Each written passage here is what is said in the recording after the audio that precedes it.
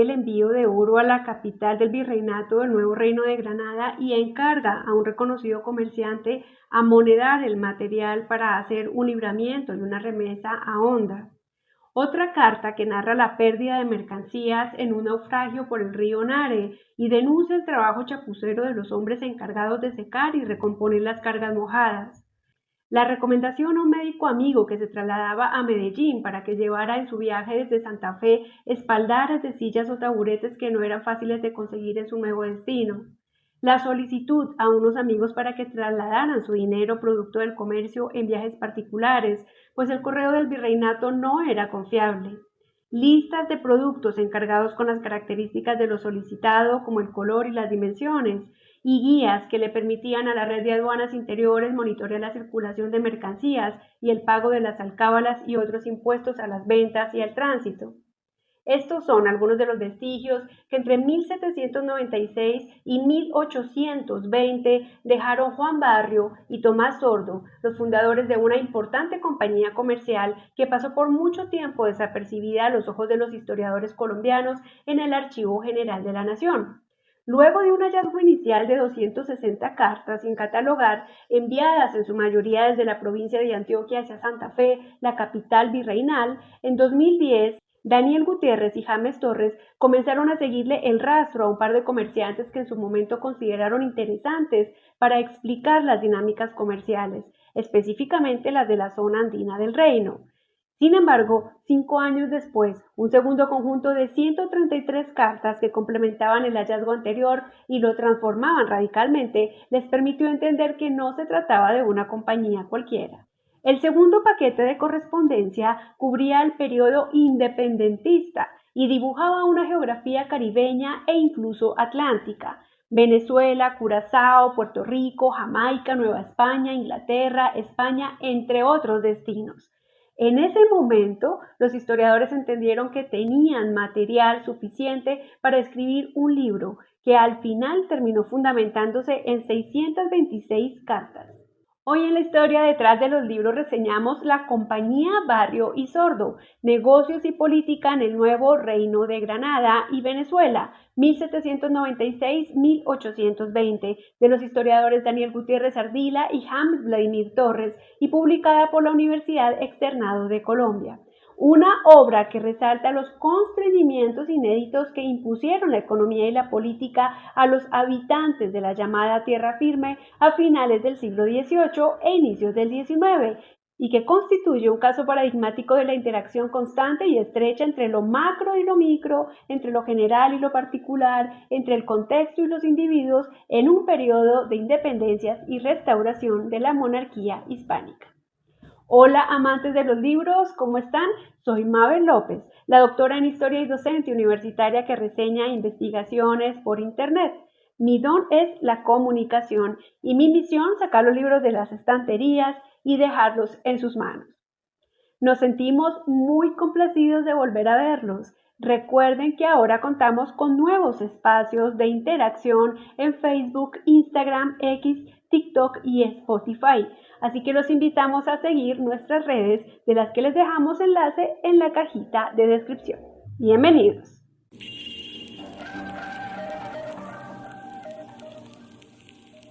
Daniel Gutiérrez Ardila es historiador de la Universidad Nacional de Colombia, sede Medellín, y doctor en Historia de la Universidad París I. Es profesor titular de la Universidad Externado de Colombia y autor de 3 libros sobre la independencia, al igual que de una historia narrativa de la campaña de la Nueva Granada.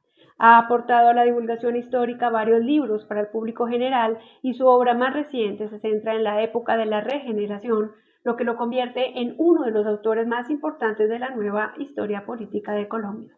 James Vladimir Torres es historiador de la Universidad Nacional de Colombia, sede Bogotá, especialista en economía de la Universidad de los Andes y doctor en historia en Georgetown University. Es profesor asistente del Departamento de Historia y Geografía de la Universidad de los Andes y ha sido investigador del Instituto Colombiano de Antropología e Historia ICANN.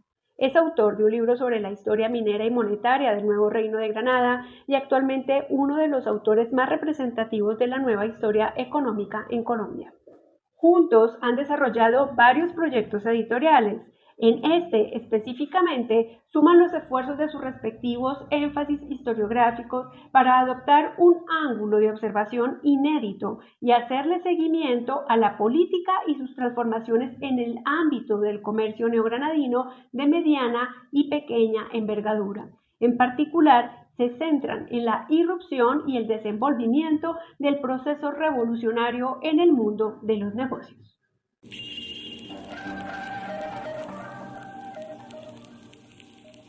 El virreinato del Nuevo Reino de Granada experimentó un importante crecimiento económico durante la segunda mitad del siglo XVIII. Hacia 1800 la región ya había desplazado por apretados márgenes a Brasil como el mayor productor mundial de oro y había diversificado su sector exportador al imbrincarse en los flujos globales de algodón, cueros, quina y cacao. El auge suscitó importantes eslabonamientos de consumo sobre la economía doméstica, consolidando una nutrida red de circulación de mercancías que cimentó a su vez un significativo proceso de especialización regional. Este esquema sufrió notables transformaciones en vísperas del colapso colonial. En ese contexto descrito por los autores se inscribe la compañía Barrio y Sordo. Daniel Gutiérrez y James Torres nos explican las preguntas que dieron origen a su investigación. Bueno, yo creo que la primera pregunta era cómo funcionaba una empresa mercantil a fines del periodo colonial y durante la independencia. Es decir, cómo se adapta una compañía a un periodo turbulento. Es esencialmente, digamos, esa fue la primera pregunta que quizá nos empezamos a hacer, cómo funcionaba y cómo respondía a esos cambios macro, tanto políticos como económicos, porque, digamos, la empresa nace en 1796, la empresa nace en el momento en que los ingleses bloquean el comercio en el Atlántico y abren nuevas rutas. Entonces, digamos, esta compañía es una compañía que florece en un momento difícil, macro, económico y, pues, por supuesto, de cambios políticos de gran envergadura. Entonces, yo creo que esa fue la primera pregunta que nos hicimos, ¿no? Naturalmente, ahí vienen pues, las otras grandes preguntas que la correspondencia nos permitió responder. Claro, hay una cosa muy interesante también que aborda el libro, y es que como teníamos cartas para las postrimerías del siglo XVIII, para inicios del siglo XIX, para toda la coyuntura revolucionaria teníamos documentación también, y para la restauración, entonces podíamos ver cómo se iba modificando la política. Y esta es una lectura de la política a través de los comerciantes. Eso también es muy importante, es decir, que pudimos leer toda esta cuestión del desplome del virreinato, de la crisis de la monarquía y de la revolución a través de una compañía comercial, es decir, de unos comerciantes. Entonces uno suele escuchar en las narraciones sobre la revolución la voz de los militares o la voz de los abogados, que es muy importante, pero aquí teníamos también la voz de los comerciantes con una particularidad, y es que tenemos comerciantes que hacen parte de lo que podríamos llamar rápidamente, para que sea comprensible, el partido monárquico.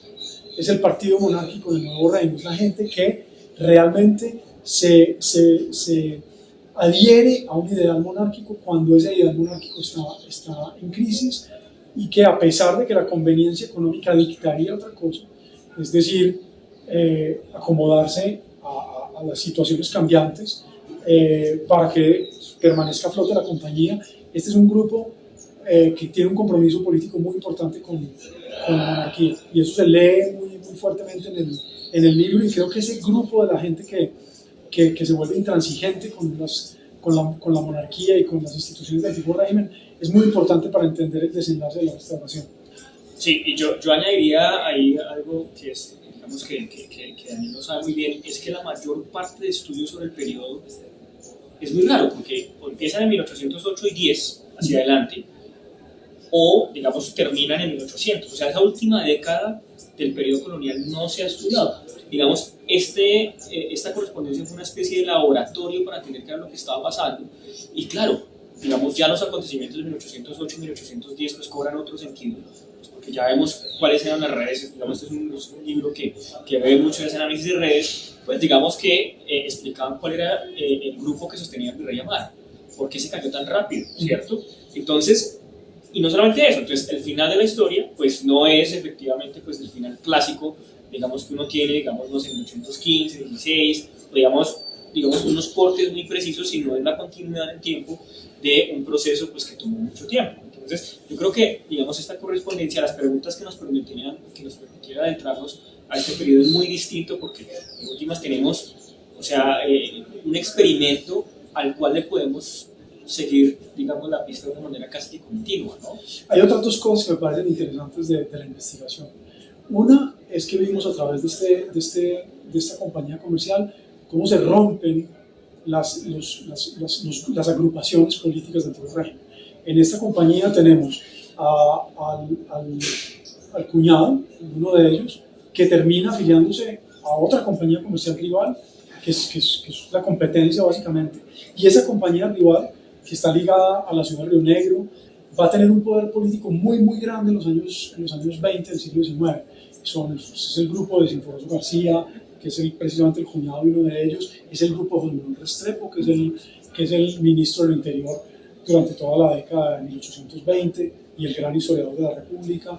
Es también el grupo al que pertenece el gran comerciante Sanz de Río Negro español. Entonces, esto muestra también la complejidad de toda esa coyuntura, porque entonces vemos que un español termina metido en el grupo de los triunfadores que apoya a la República de Colombia y básicamente las mutaciones revolucionarias. Entonces eso también me parece muy significativo. Lo otro que también creo yo que es muy importante es que vimos a una compañía comercial en trance de consolidación, que se convierte en una compañía comercial verdaderamente importante, que empieza a ser muy chiquitico, pero que empiezan siendo muy pequeños, pero se convierte en una gran compañía comercial en lo que tiene que ver con el virreinato, que se internacionaliza, que empiezan a hacer negocios con el Caribe, con Europa. Eso es impresionante, pero es todavía más impresionante constatar que esas personas que se enriquecen tanto no buscan títulos nobiliarios, por ejemplo. Y eso llama mucho la atención sobre lo que en términos sociales era este virreinato. ¿No, James? Sí, no, totalmente. Y yo creo que ese aspecto social cobra sentido también con la cuestión de la geografía económica del reino, en el sentido que están operando, digamos, con una complementariedad regional muy importante. Es decir, uno de los socios tiene, pues por vía matrimonial, pues unos contactos digamos, con Antioquia, y el otro también por vía matrimonial con todo el oriente del virreinato. Tenemos Bogotá, una bisagra de esas dos, digamos, grandes secciones del virreinato que se complementan entre ellas, y obviamente que van a mirar no solamente hacia el Atlántico vía Cartagena, o sea, el clásico, digamos, encuadre que se da, sino vía Maracaibo, y esa es la otra cuestión aquí muy importante.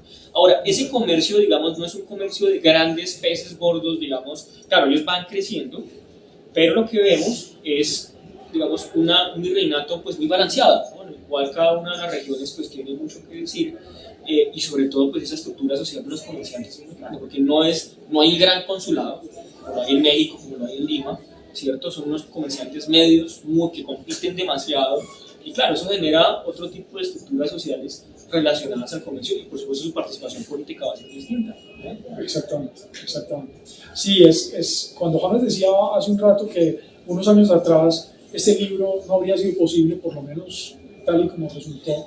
Claro, mientras yo oigo a James decir esto de la complementariedad entre el occidente del reino y el oriente del reino, o entre la zona más andina y la zona más caribeña, pues yo pienso en ese artículo que ustedes escribieron, que escribió James con Edwin, ¿no? Sí, con Edwin Muñoz, sobre el lugar de Santa Fe, que mucha gente suele preguntarse, pero ¿por qué Santa Fe fue la capital y por qué Santa Fe es el centro todavía de Colombia?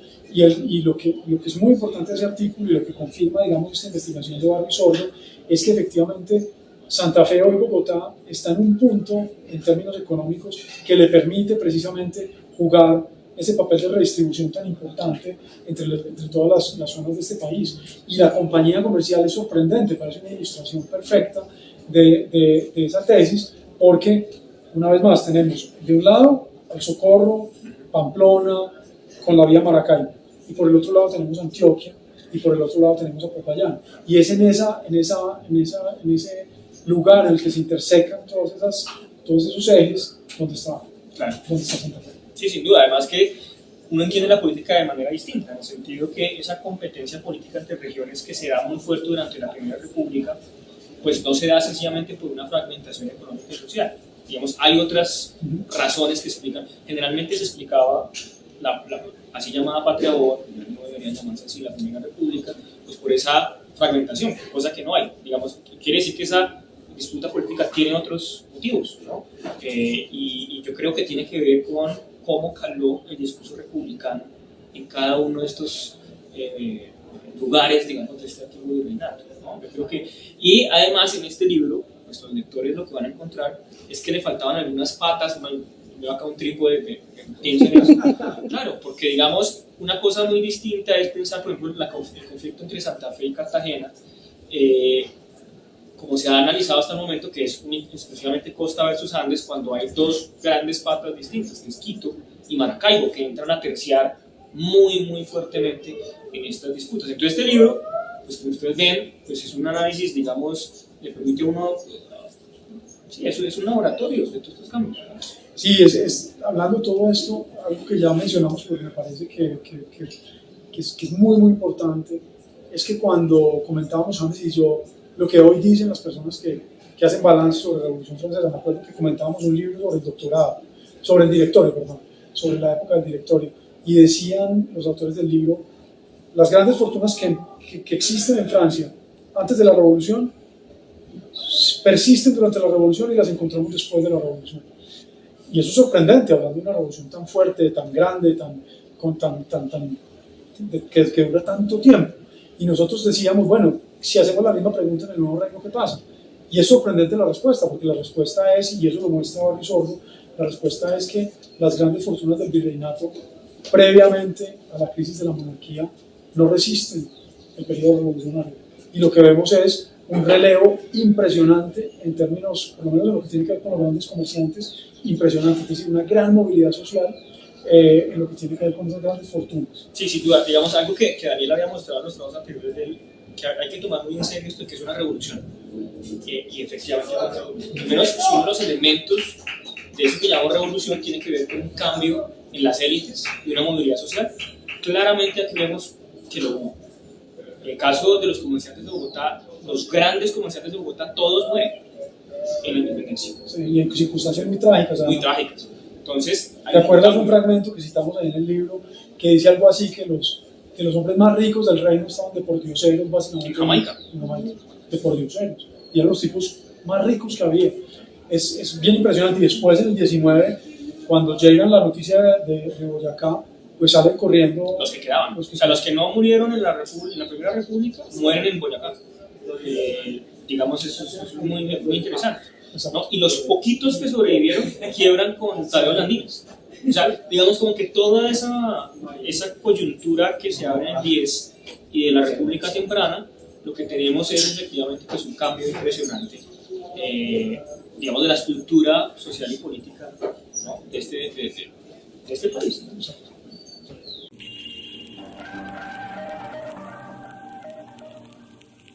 Investigar en historia tiene un mérito muy grande. No es fácil identificar las fuentes primarias, hacerles preguntas y luego analizar las respuestas. Por eso consideramos que todo libro de historia tiene lo suyo. Estos son los 5 aportes del libro La Compañía, Barry Sordo, Negocios y Política en el Nuevo Reino de Granada y Venezuela, 1796-1820, de los historiadores Daniel Gutiérrez Ardila y James Vladimir Torres, y publicado por la Universidad Externado de Colombia. ¿Quién es mejor que sus autores para explicarnos los valores agregados de su obra? Escuchemos. Este libro me parece que es interesante por el diálogo constante de la primera página a la última entre la historia política y social y la historia económica. El segundo valor agregado es que la historia de Colombia no es la historia de las fronteras nacionales actuales. Hay que hacer un diálogo con la historia de Venezuela y un diálogo con la historia de Ecuador. La tercera cosa que hace a este libro interesante es la pretensión de los autores de hacer un texto que pueda leer todo el mundo. El cuarto valor agregado es que esa es una historia de complementariedades regionales, es decir, el conflicto tan mentado, tan comentado siempre político alrededor de, digamos, por qué este país no se fragmentó más, tiene en este libro una respuesta distinta. Y tal vez la última cuestión interesante tiene que ver con que no es un libro que cuente la historia de las postrimerías del periodo colonial, de la revolución y la restauración a partir de los sectores subalternos. Tampoco es una historia contada a través de los grandes líderes militares o de las grandes personalidades políticas. Es una historia contada a través de unos segmentos medios de la sociedad. Esperamos que esta reseña haya sido de su interés. La compañía Barrio y Sordo, Negocios y Política en el Nuevo Reino de Granada y Venezuela, 1796-1820, de los historiadores Daniel Gutiérrez Ardila y James Vladimir Torres, y publicada por la Universidad Externado de Colombia, puede adquirirse en las principales librerías del país, especialmente en las 2 tiendas de dicha institución en Bogotá. Les dejamos enlace al punto de compra en la cajita de descripción. Recuerden seguirnos en Facebook, Instagram, TikTok y X, donde estamos subiendo contenidos cortos de nuestros videoblogs desde hace un mes. En el caso de Spotify, encuentran nuestro histórico disponible en dicha plataforma y desde este año las versiones completas de 25 minutos de nuestras entrevistas con los autores. Los invitamos a escuchar el videoblog 118 de la historia detrás de los libros en nuestra cuenta de Spotify. Los encuentran con el nombre completo del canal. En YouTube los invitamos a continuar visualizando las más de 100 reseñas de nuestro proyecto que se encuentran disponibles en las listas de reproducción: Historia de la vida cotidiana, Historia de las mujeres, Historia indiana o colonial, Historia política, siglos XX a XXI, Memoria histórica, Biblioteca Acolec del Caribe, Historia del delito, Historia para público infantil y de la Biblioteca del 19 al canal de YouTube. Apóyennos en nuestras redes con sus likes y comentarios. Recomiéndenle estos videos a sus amigos y a sus estudiantes. Y si no lo han hecho todavía, suscríbanse a nuestro canal. Los esperamos la próxima semana con otro libro producto de la investigación histórica de su interés. Y recuérdenlo, conocer el pasado puede cambiar nuestra historia. Mil gracias por acompañarnos hasta este punto. Recuerden que los queremos mucho. Un besito. Chao, chao.